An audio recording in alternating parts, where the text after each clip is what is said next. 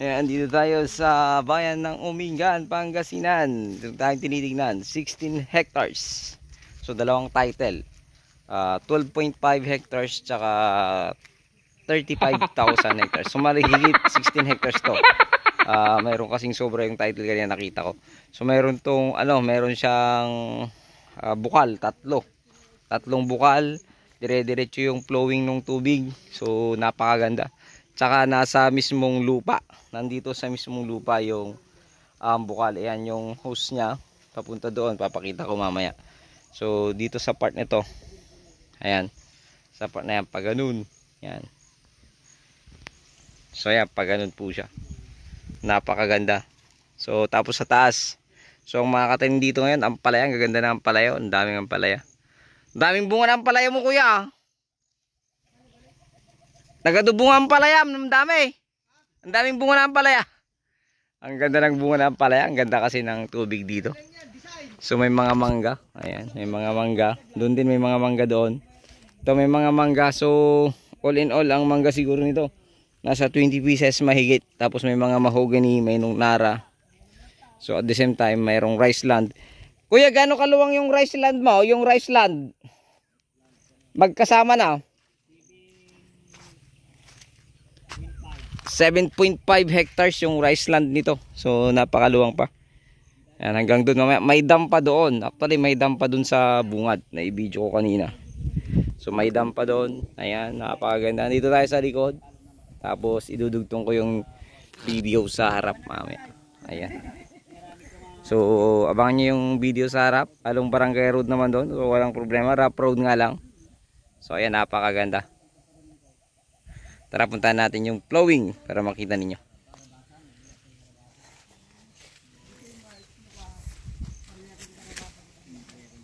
So 3.5 tapos plus pugo.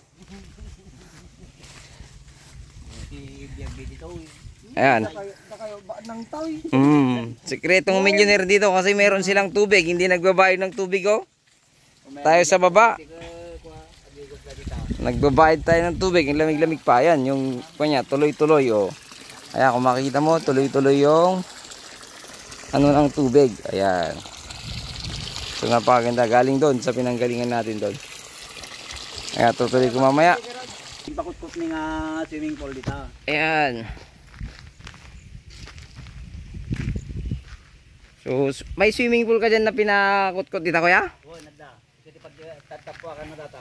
Meron na siyang parang fish pan. Oo, nada. Pero meron na siyang isda. Wala. Ikakti bali ba na kami kung ko binulusan ti ko. Meron na daw dyan, bro, na kaabang na pang fish pan dyan sa part na yan. Dan, para. Ang swimming pool na talaga para ni ko ara.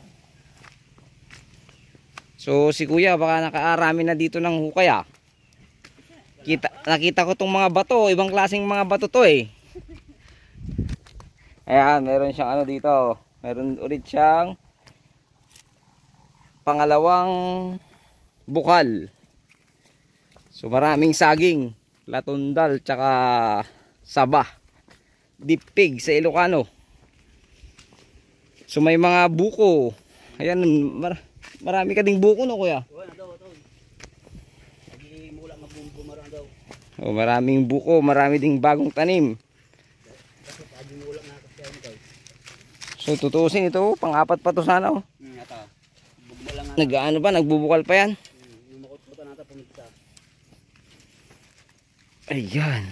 Napaka ganda ng property. Yung daan lang kailangang i-develop kasi rough road pa siya. Pero registered barangay road, no, kuya? Oo, nada. Registered barangay road. Makikita nyo mamaya. Oh, ang ganda, oh. Ang laling. Ang ganda ng bukal na to. Ayan, hindi yan nawawalan ng tubig. Kahit summer. Kung ayaw mong maniwala, mag-stay ka dito sa summer. Para mapatunayan mo. Ati yos na baos. Atapan di balay. Sa bahay nyo yan? Papunta pa daw sa bahay nila, kuya, yung hose na yan. Ayan. So makita nyo mamaya yung bahay ni Kuya. Ito yung ano no Kuya, tignan ko nga lang. Yung parang swimming pool na gagawin sana. Oo, gagawin namin sana. Yung swimming pool. So ito sana yung gagawing swimming pool. Back ko ni Kuya. So baka dito nakakuha si Kuya. Ayan. So pag may bukal daw kasi ang area, may gold yan. So bilhin nyo na to. Parang bonus nyo lang tong lupa pag nakuha nyo yung mga gold dito. Agad-agad sana ni din. Ganun na. Dito Kuya. Ito daw yung pinakamalakas ang tubig.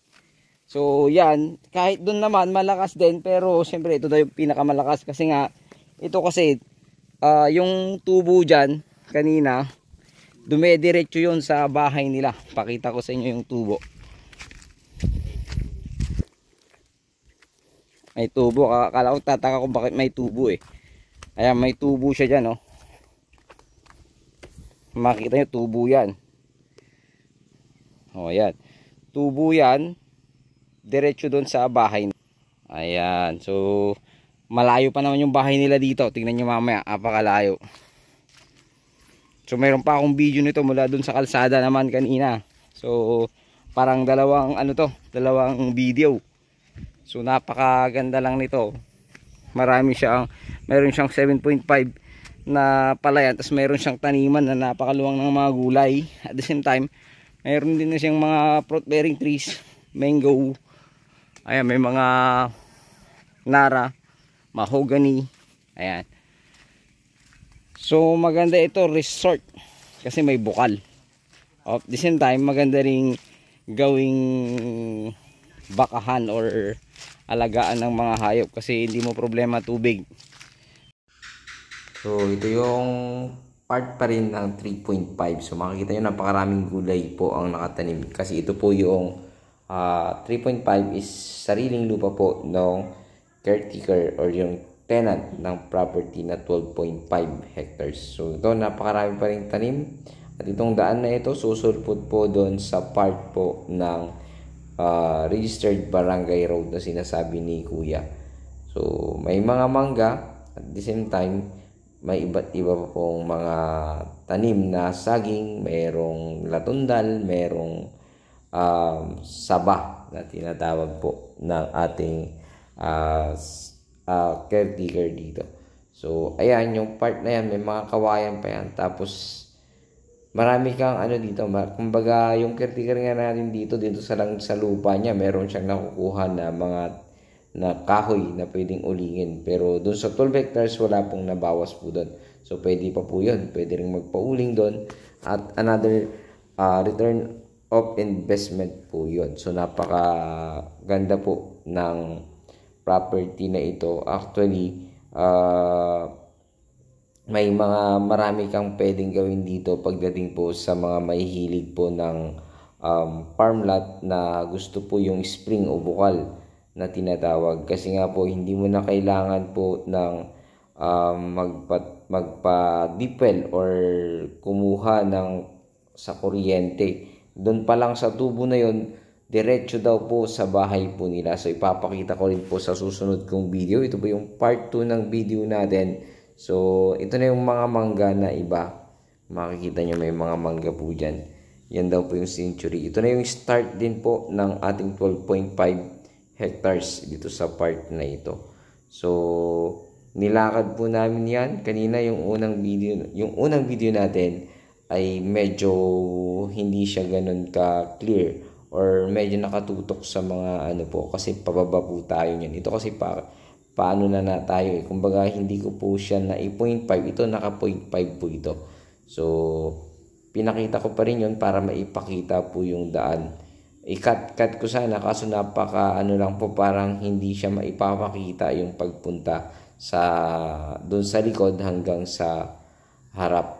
Dito naman, yung video na ito, mula sa likod naman ito, patungo po doon sa harap po. At ipapakita ko po sa inyo yung idudugtong ko na lang po dito sa video na ito yung video papunta po sa bahay po ng seller po natin.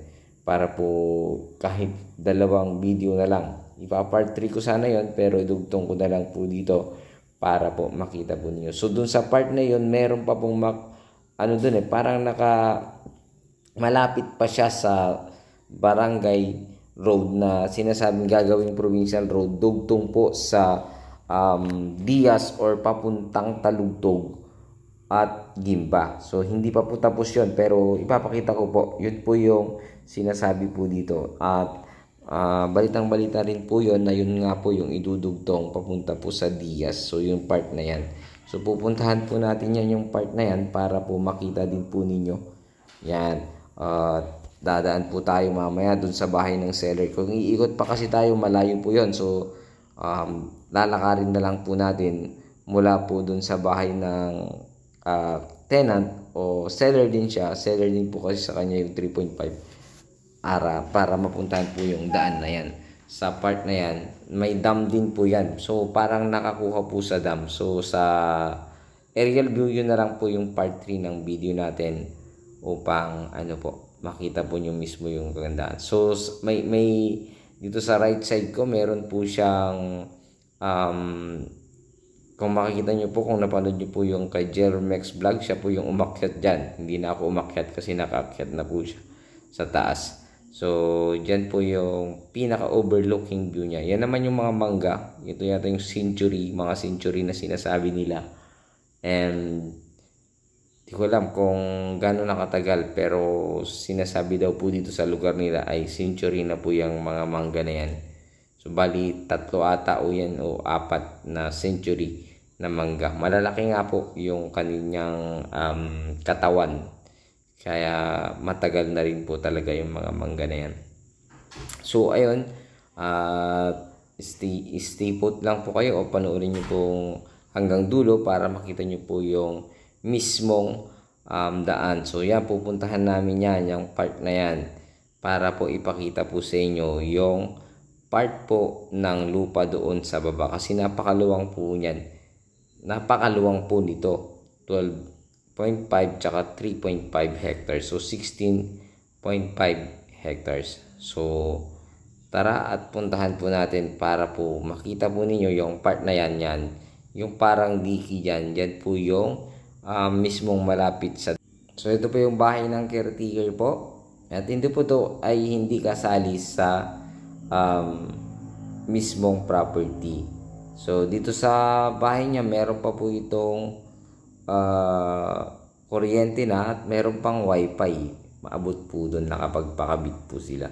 So ito na yung hose. Ayan yung hose na galing na doon sa bukal. Ayan, diniretso niya doon sa bahay niya. Ayan, so napakalakas naman ng tubig na yun. Didiretso yun, parang deep well na siya na may kuryente. So meron na daw lang silang nilagay na lock. Then pagbubuksan nila, malakas naman daw po yung tulo ng tubig. So tuloy-tuloy po kasi daw yung tulo ng tubig. Yan, galing din po sa bukal daw po yan. Mula doon sa taas din po yun.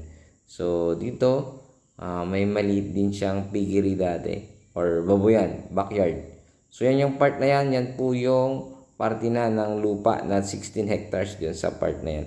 After kasi nitong property ni Kuya ay yun na mismong 12.5, tapos susunod po yung 3.5. So dito na tayo dumaan kasi hindi na tayo iikot doon. Kasi malayo na naman kung iikotan natin. At least dito, shortcut na lang tayo dito. Dumaan lang po tayo dito sa part na ito. Para po mapuntahan yung ibang harap po ng property. Para makita po ninyo. At mabilis lamang po ito. At hindi po siya ganun kalayo pag dito kasi pag iikot po medyo malayo po. So ayun, habang naglalakad po tayo, ulitin ko po, ito ay bayan ng Umingan, Pangasinan. 16 hectares po ito at mayroong presyong 120 per square meter. Sagot po ng seller, kapwa seller po natin ng capital gain tax. At meron po siyang 7.5 hectares. Merong tanim na fruit-bearing trees, mango, at saging, saba, at iba't ibang klase po ng mga tanim. Merong nara, merong mahogany, pero ang marami po ay saging, tsaka buko, at mangga. At mga gulay, syempre napakaraming tanim na gulay. So yung dam na yan, meron pong nakuhang konting-konti lang na dam. So halos kalahati pala konti. Halos kalahati ng dam, yung dam na yan. So tingnan natin, papakita ko po sa inyo para makita nyo po lahat at para may idea na po kayo kung gusto nyo mga pong tingnan sa personal, may idea na po kayo sa property na inyong pupuntahan. So dito sa part na ito, hindi pa po yan kasali. So yan sa part na yan, andyan daw yung muhon pala. So padiretso siya doon sa may dam.